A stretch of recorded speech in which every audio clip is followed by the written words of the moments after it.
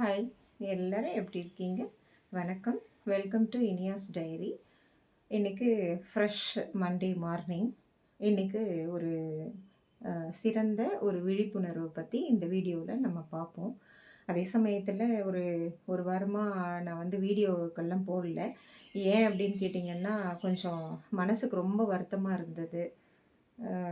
என்னையும் மீறிய வருத்தங்கள் அது. நம்முடன் வாழ்ந்த உயிரினங்களை நம் கண் முன்னாடியே அழிச்சு கொண்டு இருக்கிறாங்க. இதை பார்க்கும்போது ரொம்ப வருத்தமாக இருந்தது. அந்த வருத்தத்தினுடைய வெளிப்பாடு தான் ஒரு வாரமாக நான் வீடியோ எதுவும் போட முடியல. மனசு இல்லை முக்கியமாக. அந்த வருத்தங்கள் இன்னமும் இருக்குது. அதே சமயத்தில் இந்த விழிப்புணர்வுன்னு சொன்னேன் இல்லைங்களா? இன்றைக்கி நம்ம பார்க்க போகிற விழிப்புணர்வு என்னன்னு பார்த்திங்கன்னா, சிலப்பதிகாரம். சிலப்பதிகாரத்தில் ஃபஸ்ட்டு கேரக்டர் நம்ம கண் முன்னாடியும் நம் மனசுக்கு மிக அருகிலேயும் இருக்கிற கேரக்டர் பார்த்திங்கன்னா நம்ம கண்ணகி தான். அவங்க ஏன் பாண்டியன் நெடுஞ்செழியனோட அவைக்கு தலைவிரி கோலமாக அவங்களுடைய கணவனை இழந்துட்டு அங்கே போய் நீதி கேட்குறாங்க அப்படின்னு சொல்லிட்டு நம்ம நிறைய ஆங்கிளில் பார்த்துருக்கோம், நிறைய படிச்சிருக்கோம். இன்றைக்கி இந்த விழிப்புணர்வுலையும் ஒரு ஆங்கிளில் நம்ம பார்ப்போம். அது எப்படின்னா, பாண்டியன் நெடுஞ்செழியன்கிறவர் ஒரு அந்த பாண்டிய நாட்டுக்கே, அதாவது நம்ம இப்போது தமிழ்நாட்டுக்கேன்னு கூட அப்படியே எடுத்துக்கலாம். தென் தமிழ்நாடு அப்படின்னு சொல்லிட்டு கூட எடுத்துக்கலாம். அந்த நாட்டுக்கு ஒரு ராஜா, மன்னர். அப்போல்லாம் மன்னர் தான் அதிகாரம் படைத்தவர் இல்லைங்களா? அவங்கக்கிட்ட அந்த வாயிற்காவலோனே அப்படின்னு சொல்லிட்டு விலக்கி விட்டுட்டு பாண்டியன்கிட்ட போயிட்டு அவங்களுடைய நீதியை கேட்குறாங்க. அப்போது கேட்கும்போது அவர் நான் தான் தப்பு பண்ணிட்டேன், நானே கல்வன், யானை கல்வன் அப்படின்னு சொல்லிட்டு அந்த செங்கோல் வழுவிழுந்து விட்டது அப்படின்னு சொல்லிட்டு கீழே விழுந்து இறந்துடுறாரு. அப்புறம் கண்ணகி வந்து அந்த மதுரையே கோபம் கொண்டு எரிக்கிறாங்க அப்படின்னு சொல்லிட்டு பார்த்துருப்போம்.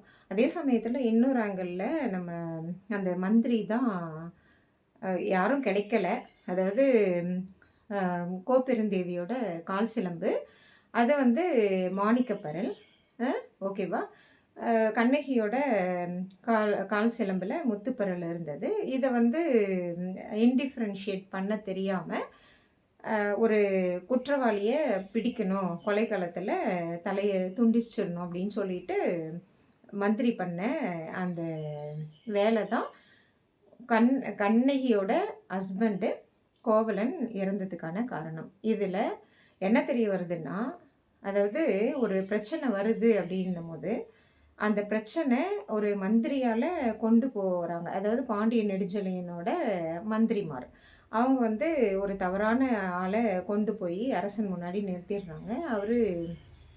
சரி, அவர் வந்து திருடிட்டார், அவரை கொலைக்களத்துக்கு கூட்டிகிட்டு போயிட்டு எதனா பண்ணிடுங்க அப்படின்னு சொல்லிட்டு சொன்னார். அதில் பாண்டியன் நெடுஞ்செழியனோட தவறு எதனா இருக்கா இல்லை அப்படின்னு ஒரு பக்கம் சொன்னாலுமே அவர் எதையும் விசாரிக்காமல் அந்த கொலைக்கு காரணமாக இருந்ததுனால அவர் தவறை உணர்ந்து ஒரு உயிரையே விட்டுடுறாரு. கோப்பெருந்தேவியும் உயிரை விட்டுடுறாங்க. அந்த நாடே, பாண்டிய நாடே அழிஞ்சு போகுது. இதுதான் அந்த கதையோட நிதர்சனம் இல்லைங்களா? இப்போது நிகழ்காலத்துக்கு வருவோம். கோவை மாநகரில் ஒரு இளம் பெண், 20 வயசுங்கிறாங்க. அந்த பெண் குழந்தை இப்போது ரீசண்டாக நடக்கிறது எல்லாமே பார்த்திங்கன்னா, கார்களில் ஆணும் பெண்ணும் எங்கேயோ போகிறாங்க. இந்த ஒரு 2 வீலரில் பார்த்தேன், ஒரு இதில் ஷார்ட்டில் பெண் வந்து இப்படி உட்காந்துருக்காங்க நடு ரோட்டில், ஆண் வந்து வண்டி ஓட்டிகிட்ருக்கான். இது வெளிநாட்டில் கூட இந்த மாதிரி பண்ணுறாங்களா என்னன்னு தெரியல, அவ்வளோ தூரத்துக்கு போயிருக்கு. நம்ம கோவையில் ஒரு இளம் பெண்ணை யாரோ ஒரு 3 பேர் ஏதோ பண்ணிட்டாங்க. அவங்க போதை மருந்து எடுத்துக்கிட்டு இருந்தாங்க அப்படிங்கிறதெல்லாம் பேச்செல்லாம் போய் அதில் ஒரு பேசு பொருளாக என்ன பார்க்கணும் அப்படின்னு சொல்லிட்டு பார்த்து அந்த பொண்ணை யார் அங்கே போக சொன்னது, அந்த பொண்ணை யார் அங்கே போக சொன்னது 11 மணிக்கு அப்படின்னு சொல்லிட்டு தான் பேசுகிறாங்களோ ஒழிய, அந்த போதை மருந்துகளை எடுத்துக்கிட்டவனோட நடவடிக்கை, அந்த காரில் கூட்டிகிட்டு வந்த அந்த பையனோட நடவடிக்கை, இது எதுவுமே பேசப்படுறதில்ல. பக்கத்தில் ஒரு இந்த மது அருந்துகிற கடைகள்லாம் இருக்குதுன்னு சொல்கிறாங்க. காவல்துறையை பற்றியும் சில விஷயங்கள் சொல்கிறாங்க. இருந்தாலுமே அந்த பெண்ணை பற்றி ஏன் 11 மணிக்கு பெண் வந்து வெளியே வந்தா அப்படின்னு சொல்லிட்டு பேசுகிற அளவுக்கு தான் இந்த சமுதாயம் ஒரு வீடியோ பதிவிடுறதோ இல்லை சமூக வலைதளங்களில் பேசிக்கிட்டு இருக்கிறதோ பண்ணிக்கிட்டு இருக்காங்க. இதை வந்து எவ்வளோ பெருசாக எடுத்துகிட்டு போகிறாங்களோ அதுக்கேற்ற மாதிரி இந்த மது போதையினால என்னென்ன பிரச்சனை வருதுங்கிறதையும் என்னென்ன பிரச்சனை வரக்கூடும் அப்படிங்கிறதையும் அலசி ஆராயணும். அதை ஏன் பண்ண மாட்டேங்கிறாங்க? அதே ஈவனாக மயிலாடுதுறையில் ஸ்கூல் குழந்தைங்க ஸ்கூலில் படிச்சுட்டு வந்துட்டுருக்காங்க. அவங்களோட அந்த வேனை வந்து கல் எடுத்து எரியிறான். அந்த கல் எடுத்து எரியும் போதே போதை மருந்து உட்கொண்டுட்டு கல் எடுத்து எரியும் போதே அந்த குழந்தைங்க அவ்வளவு அலறாங்க. இதில் என்ன பேசணும், என்ன பேசக்கூடாது, இதுக்கு உண்டான விழிப்புணர்வு என்ன அப்படின்னு சொல்லிட்டு பார்த்தீங்கன்னா ஒருத்தரும் பேச கிடையாது. இந்த மாதிரி கல் எரிஞ்சான், போதை மருந்து எடுத்துக்கிட்டான், குழந்தைங்கள்லாம் கத்துனாங்க. குழந்தைங்க உயிர் போகிற அளவுக்கு கத்துறாங்க பயத்தில். சின்ன குழந்தைங்க, அவங்களுக்கு என்ன தெரியும்?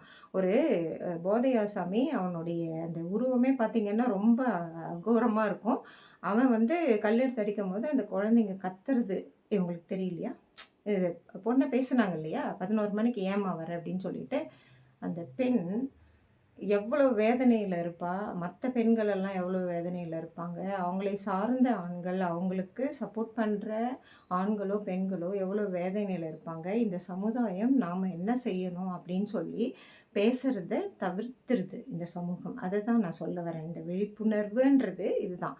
அதாவது அந்த பெண்ணை ஏன் 11 மணிக்கு நீங்கள் போனீங்க அப்படின்னு சொல்லிட்டு கேட்குறத விட ஒரு குட் நெரேட்டிவாக எடுத்துகிட்டு போகிறது எவ்வளோ நல்லாயிருக்கும்.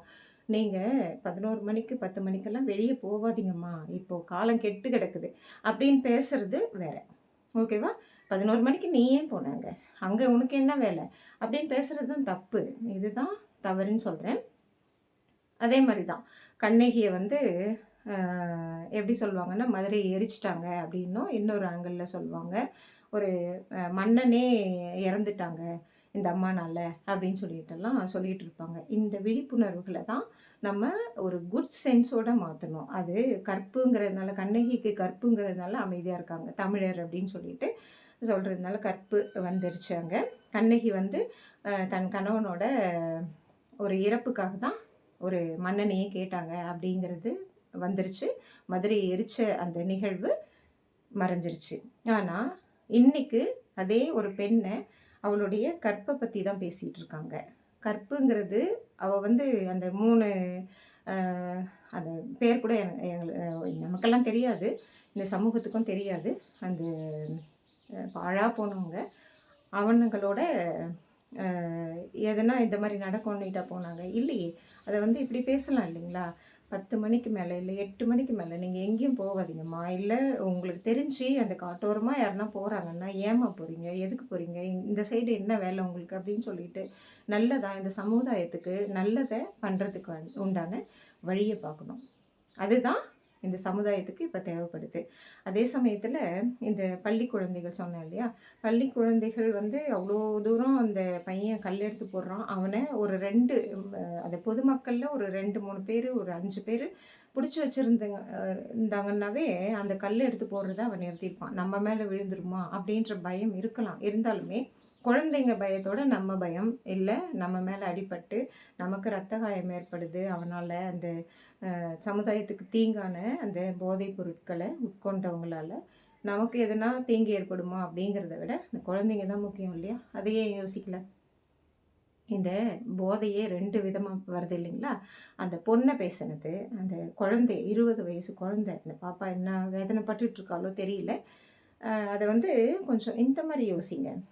இன்னொரு சமயத்தில் நம்ம எதனா இந்த சமூகத்தில் எதனா ஒரு பெண் குழந்தை இந்த மாதிரி அதையும் மீறி தெரியாமல் அந்த இளம் வயசில் தெரியாமல் போகிறாங்க, எதனா ஒரு தவறுதல் நடக்குது அப்படின்னா நமக்கும் பங்கு இருக்குது அப்படிங்கிறத தான் நினைக்கணும் அப்படின்னு நான் கேட்டுக்கிறேன்.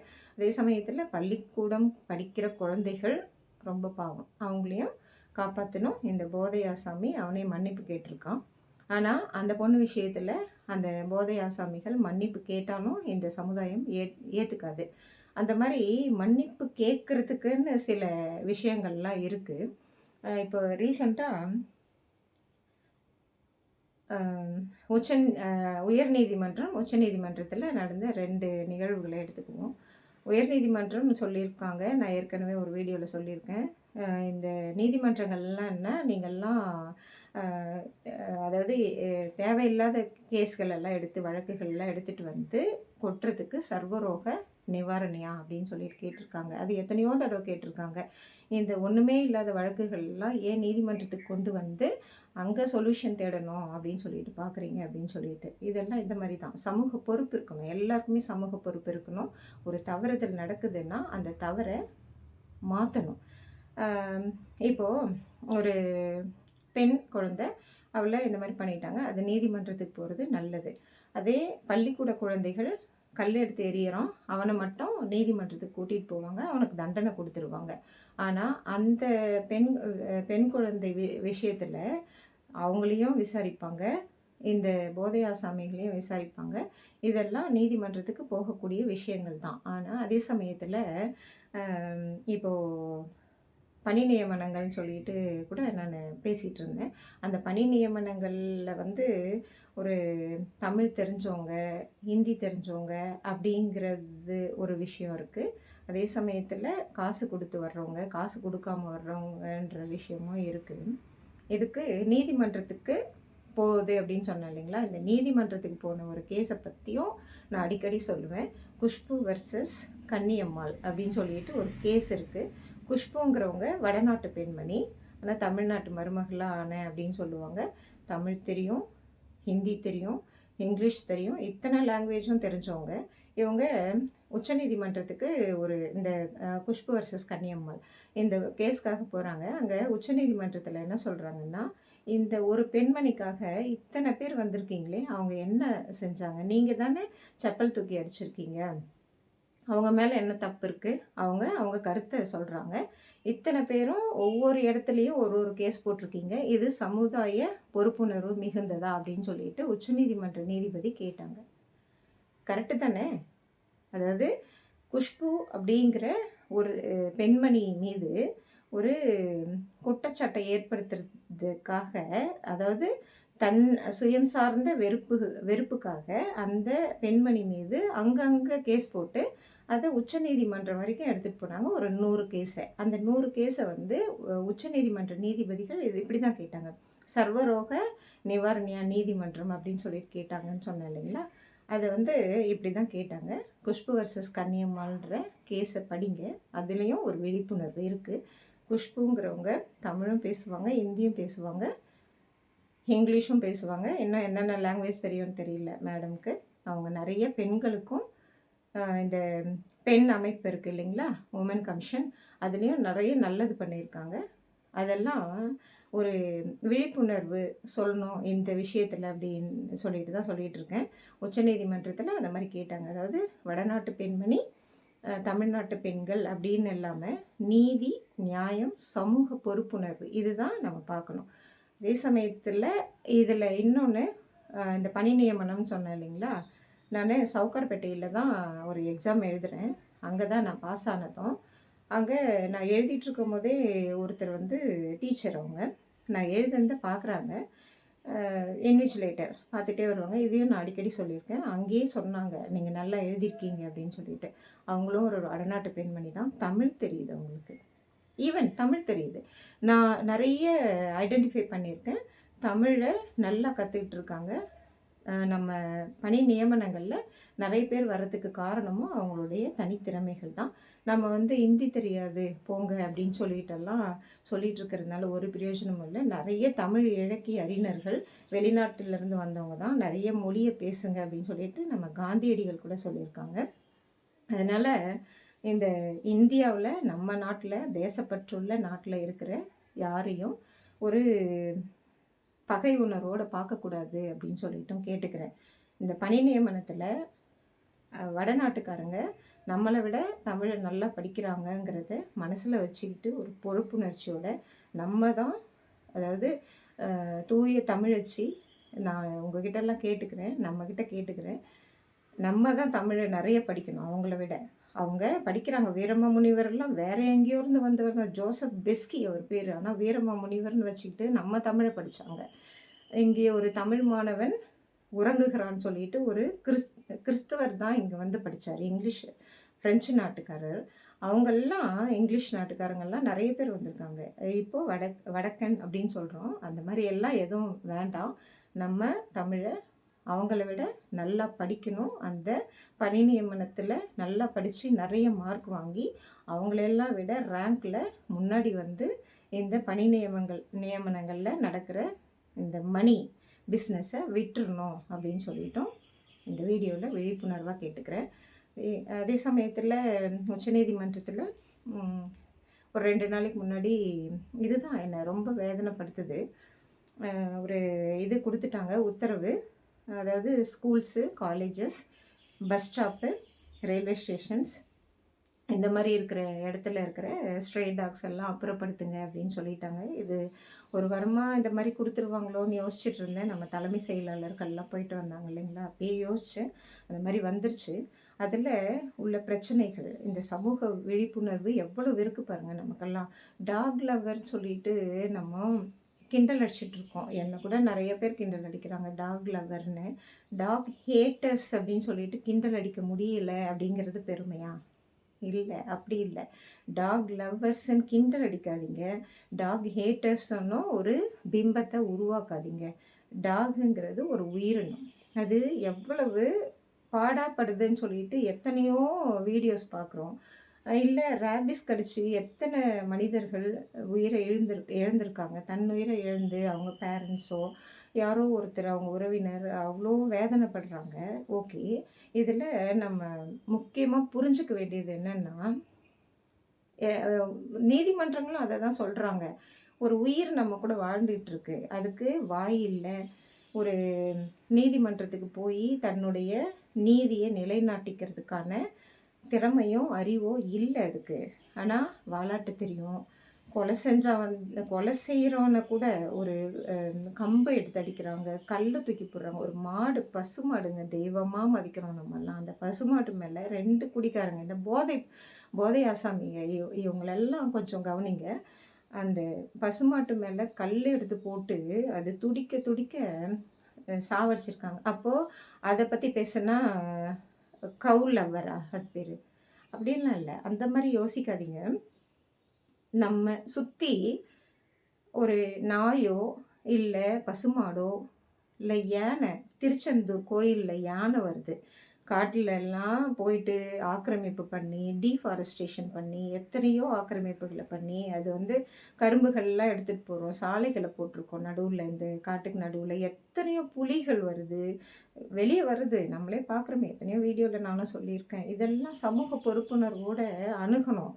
இது ஏன் நடக்குது அப்படின்னு சொல்லிட்டு. நிறைய காட்டு யானைகள் நம்ம ஊரை சுற்றி வருது. எதனா மின்சார வேலியில் இப்போ இறந்துருச்சு இல்லைங்களா, கோவையில்.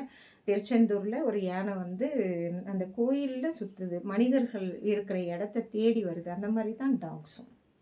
டாக் வந்து ஒரு 100 டாக் இருக்குன்னா 90 டாக் வந்து ரேபிஸ் உள்ள டாக் கிடையாது. அதை வந்து ஸ்டெரிலைசேஷன் பண்ணுறதுக்கோ, கருத்தடை அந்த ஸ்டெரிலைசேஷன் பண்ணுறதுக்கோ இல்லை ஷெல்டரில் விடுறதுக்கோ நம்மக்கிட்ட பைசா இல்லை. அதை வந்து நீதிமன்றம் கொஞ்சத்துக்கு கொஞ்சமாவது இதை கண்ட்ரோல் பண்ணுங்கள். ரேபிஸுங்கிற தொற்றுலேருந்தும் மனிதர்களை காப்பாற்றணும். அதே சமயத்தில் நம்முடன் வாழ்கிற உயிரினங்களையும் காப்பாற்றியாக வேண்டிய பொறுப்பு இருக்குது அப்படின்னு சொல்லிட்டு எத்தனையோ கேட்டாங்க. ஆனால் சீஃப் செக்ரட்டரிஸ்னால அது எதுவுமே பண்ண முடியல. இதில் அரசியல் கொஞ்சம் இருக்கிற மாதிரி சொல்லிகிட்டு இருக்காங்க. அதாவது வந்து அந்த ஃபண்டெல்லாம் எங்கே போகுதுன்னே தெரியல அப்படிங்கிறதுக்காக தான் நீதிமன்றம் இந்த மாதிரி ஒரு உத்தரவு போட்டிருக்கு. அதுக்காக டாக் லவர்ஸ் நீங்கள், டாக் ஹேட்டர்ஸ் நாங்கள் அப்படின்னு சொல்லிட்டு நாய்கள் அடிச்சிட்டு இருக்காதீங்க. இப்போ எங்கள் தெருவிலே பார்த்திங்கன்னா நிறைய நாய்கள் இருந்தது. ஒரு வீடியோ கூட நான் அடிக்கடி பதிவிட்டுட்டு இருந்தேன். அந்த வீடியோவில் வந்து ஒரு நம்ம சென்னையில் தான் நெற்கொன்றோன்னு நினைக்கிறேன், ஒரு தாய் நாய், சென்னையிலையா இல்லை இங்கே திருவண்ணாமலை பக்கத்தில் நினைக்கிறேன், சாரி. ஒரு தாய் நாய் வந்து ஒரு 5 குட்டியே வாயில் கவ்வி எடுத்துகிட்டு போய் ஒரு வீட்டில் விடுறதுக்கு பார்க்குது. அந்த வீட்டுக்காரங்க அவங்களுக்கு ஹெல்ப் பண்ணுறாங்க. அந்த மாதிரி நான் ஹெல்ப் பண்ணிகிட்டு இருந்தேன். ஒரு 3 நாய்க்குட்டிங்களை எடுத்துகிட்டு போய் விட்டுட்டாங்க. அதுக்கு நான் பெட்டிஷன்லாம் போட்டேன். ஆனால் 60 நாள் கழிச்சு தான் பெட்டிஷனே எடுக்கிறாங்க. அதுக்கும் ஒரு விழிப்புணர்வு கொடுத்தேன். சீக்கிரமாக இதெல்லாம் பண்ணுங்க. நாய்கள் வந்து ஒரு நீதிமன்றத்தை போய் தட்ட முடியாது. அதுதான் சொல்கிறேனே, சர்வரோக நிவாரணியா நீதிமன்றம்ங்கிறது. நீதிமன்றம், உச்ச நீதிமன்றம் வந்து இந்த உத்தரவு போட்டிருக்கிறதுக்கு நம்ம விட்டுருக்கக்கூடாது. நம்ம தான் ஒரு சமூக பொறுப்புணர்வோடு நடந்துக்கிட்டு இருந்திருக்கணும். நாய்கள் அதிகமாக இருக்குது, காட்டில் விட்டுருங்க அப்படின்னு சொல்லிட்டு இருக்கும் போதே நிறைய நியூஸ் பேப்பர்ஸ் எல்லாம் வந்தது. நான் கூட அதுக்கு ரியாக்ட் பண்ணியிருக்கேன். அப்பயே லோக்கல் பாடிஸ்லலாம் இந்த ஸ்டெரிலைசேஷன் பண்ணியிருந்தாங்கன்னா ஒரு பிரச்சனையும் இல்லை. இன்றைக்கும் அது நடக்கலை. அந்த ஸ்டெரிலைசேஷன் பண்ணுறதுக்கான வழிமுறைகளை பார்க்கணும். நாய்கள் மீது யாரும் எதிர்வினை ஆற்றாதீங்க. இந்த அரசியல் அப்படின்னு சொல்லிட்டு சொன்னேன் இல்லைங்களா, இந்த பெண் குழந்தை அந்த காரில் கோவையில் அதுவும் சொன்னேன் இல்லைங்களா, அவளை கேட்குறீங்கல்ல ஏன் 11 மணிக்கு போனேன் அப்படின்னு சொல்லிட்டு, அந்த விஷயத்துக்கு வருவோம். இப்போது சட்டசபையில் எனக்கு பிடித்த பெண்மணி, அவங்க இந்த நாட்டையே ஆண்டாங்க. அவங்க வந்து சட்டசபையில் ஏதோ ஒன்று சாரி எல்லாம் ஏதோ நடந்துருச்சு. அவங்க வந்து ஏன் சட்டசபைக்கு போனாங்க அப்படின்னு கேட்க முடியுமா நம்மளால்? சொல்லுங்கள். அந்த பெண் குழந்தைய கேட்குறீங்கல்ல, அந்த 11 மணி இதில் என்ன வேலை அப்படின்னு சொல்லிட்டு, எங்கேனாலும் போகலாம் வரலாம். ஆனால் ஒரு கண்ட்ரோலோட இருங்க அப்படின்னு சொல்லிட்டு சொல்கிறதுக்கு நமக்கு எல்லா உரிமையும் இருக்குது. ஆனால் ஒரு இன்சிடெண்ட் நடக்கும்போது அந்த 11 மணிக்கு நீ எதுக்கு போன அப்படின்னு சொல்லிட்டு பேசுகிறது மனிதாபிமானம் கிடையாது. அதே சமயத்தில் இந்த விஷயத்துக்கு வரேன்.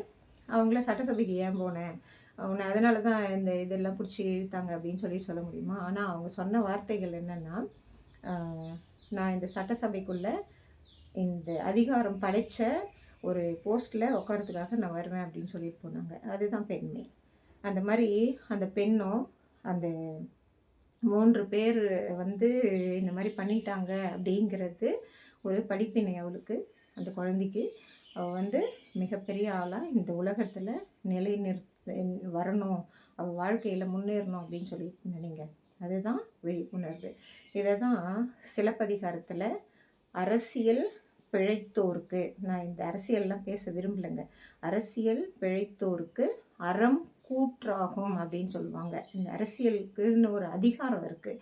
நீதிமன்றத்துக்கு ஒரு அதிகாரம் இருக்கிற மாதிரி அரசியலுக்கு ஒரு அதிகாரம் இருக்குது. 3 அமைப்பு இருக்குன்னு சொல்லியிருக்கேன் ஏற்கனவே. நீதிமன்றங்கள், நாடாளுமன்றங்கள், அதே சமயத்தில் இந்த எக்ஸிக்யூட்டிவ் பவர்ஸ்ன்னு சொல்லுவாங்க. இந்த அரசியலில் இருக்கிற எல்லாருக்குமே ஒரு அறம் கூற்றாகும் அப்படின்னு சொல்லிட்டு சிலப்பதிகாரத்தில் சொல்லியிருக்கு. அதை நல்லா புரிஞ்சுக்கணும் நம்ம. சிலப்பதிகாரம்னா ஒன்றும் இல்லை, சிலம்பு கூட்டல் அதிகாரம். சிலம்புனால வந்த ஒரு பிரச்சனையை அந்த அதிகாரத்தில் உக்காந்துட்டு இருந்த ஒரு மன்னனையே கேள்வி கேட்டு நீ தான் இந்த தப்பு பண்ண அப்படின்னு சொல்லிட்டு கண்ணகி கேட்டது தான் அந்த கதை. இதை தான் நம்ம புரிஞ்சுக்கணும். ஓகே, சிலம்பு கூட்டல் அதிகாரம். இந்த நாய்கள் மேலே ஒரு அதிகாரத்தை காட்டி அதுங்களை கொல்றது, நாய் லவ்வர்ஸை ப்ளேம் பண்ணிகிட்டு இருக்கிறது, இல்லை அந்த காரில் உட்காந்துக்கிட்டு இருந்தபோது யாரோ ஒரு 3 சமூக விரோதிகள் அந்த பெண் குழந்தையே ஏதோ பண்ணதை பேசாமல் அந்த பெண் குழந்தையே ப்ளேம் பண்ணுறது. இந்த மன்னிப்பு கேட்டாரே பள்ளி குழந்தைகளை அடித்தவர், அவரை பற்றி பேசலாம். இந்த மாதிரியெல்லாம் பேசுகிறத விட்டுட்டு நம்ம வந்து என்ன பேசிகிட்டு இருக்கோம், பீகார்கள் என்னவோ பண்ணுங்க அப்படின்னு சொல்லிட்டு என்னென்னவோ பேசிகிட்டு இருக்கோம். எனக்கு மிக முக்கியமாக ஒன்று சொல்லணும்னு தோணுது.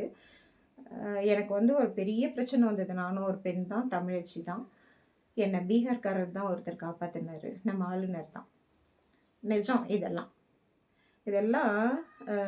ஒரு கட்டமைப்பு. அந்த வடக்கு நாட்டிலேருந்து வடக்கன்க இருக்காங்க, தெற்கு நாட்டில் இருக்கிறவங்க நம்மெல்லாம் திராவிடர்கள், தமிழர்கள், என்னென்னவோ பிரச்சனை ஓடிட்டுருக்குது. இதெல்லாம் பேச வேண்டிய அவசியமே இல்லைன்னு நினைக்கிறேன். குஷ்பு வர்சஸ் கன்னியம்மான்னு சொன்னேன் இல்லைங்களா, நீதிமன்றத்துக்கு அடிக்கடி போகக்கூடாது. போகக்கூடிய அளவுக்கு இந்த சமூக விரோத செயல்களை, இந்த மது போதையில் பாவிங்க மாதிரி ஏதோ செயலை செஞ்சுட்டு மன்னிப்பு கேட்குறான் பாருங்கள், அந்த மாதிரி எல்லாம் பண்ண வேண்டாம். அவங்க வீட்டில் இருக்கிற பெண்கள் இவங்களை கொஞ்சம் கண்ட்ரோல் பண்ணுங்கள். சமூகத்தில் எதனா நடந்ததுன்னா கொஞ்சம் கண்ட்ரோல் பண்ணுங்கள். அரசியல் பிழைத்தோருக்கு அறம் கூற்றாகும் அப்படிங்கிற இடத்துல இருக்கிறவங்க இன்னமும் அந்த அதிகாரத்தை நல்லா பயன்படுத்தலாம். இந்த சமூகத்தின் மீது நல்ல கருத்துக்களை விதைக்கலாம். நான் வந்தால் இந்த இடத்துக்கு ஒரு அதிகாரத்தோட வருவேன், அந்த அதிகாரம் வந்து பயன்படணும் அப்படின்னு சொல்லிட்டு தான் எல்லா பெண்களுமே நினைப்பாங்க. இந்த பெண்களை போற்றுங்க. அதே சமயத்தில் நம்ம கூட வாழ்கிற உயிரினங்களை நீதிமன்றங்கள் வரை போய் உத்தரவுகள் வாங்கி ஒரு நெருக்குதலுக்கு உள்ளாக்காமல் நல்லதை பண்ணுவோம். ஓகே, சிலப்பதிகாரம் நல்லா படிங்க. இந்த விழிப்புணர்வு ஒரு சின்ன ஒரு நியூஸ் தான் சொல்லியிருக்கேன். இந்த வடக்கண்கள் அப்படின்னு சொல்கிறோம் இல்லைங்களா, அந்த பசங்கள்லாம் எப்படி படிக்கிறாங்க, தமிழை எப்படி புரிஞ்சிகிட்டு இருக்காங்க, நம்ம எப்படி தமிழை படிக்கிறோம்னு சொல்லிட்டு அதையும் யோசிச்சு பாருங்கள். இதெல்லாம் நமக்கு மிக முக்கியமான தேவை. சமூகத்தை உற்று நோக்கிற பார்வைகள் இதுதான். அரசியல் பிழைத்தோருக்கு அறம் கூற்றாகும் சிலப்பதிகாரம். டிஎன்பிஎஸ்சி ஸ்டூடெண்ட்டுக்கும் இது உதவும். தேங்க்யூ.